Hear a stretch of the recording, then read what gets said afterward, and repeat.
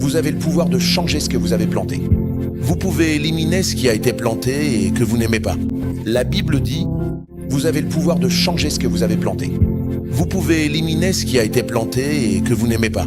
La Bible dit, tout arbre que mon Père n'a pas planté, j'espère que vous savez que Satan est aussi un semeur.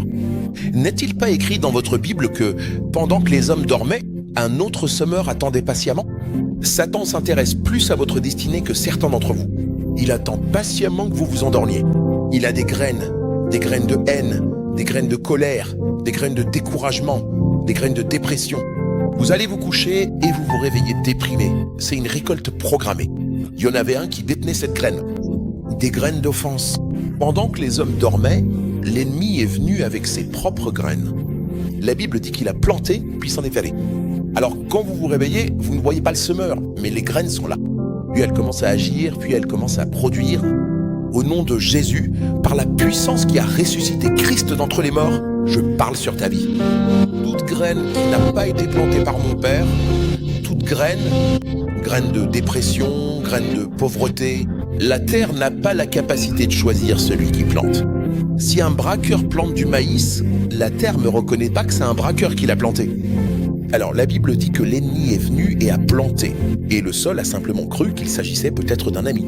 C'est lorsque la croissance a commencé qu'ils ont vu le blé et livré. Parce que Satan peut se faire passer pour un ange de lumière et s'infiltrer dans ton esprit, ta conscience. Et au milieu des choses merveilleuses que tu apprends, il va planter quelque chose puis s'en aller. Beaucoup d'entre vous lui ont permis de planter des choses dans vos enfants.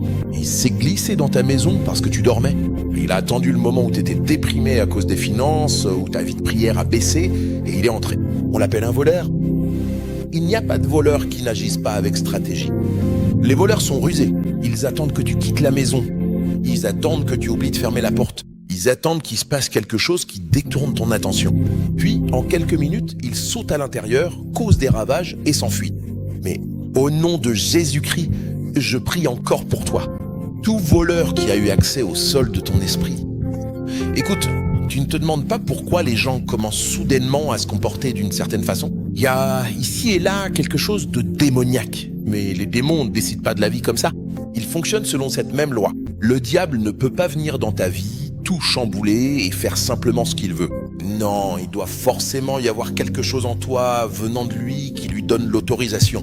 Donc même à distance, il peut jeter les graines. Il suffit qu'elles atteignent ton sol. Si cette graine commence à pousser, puisqu'il est le semeur, il a accès à sa récolte.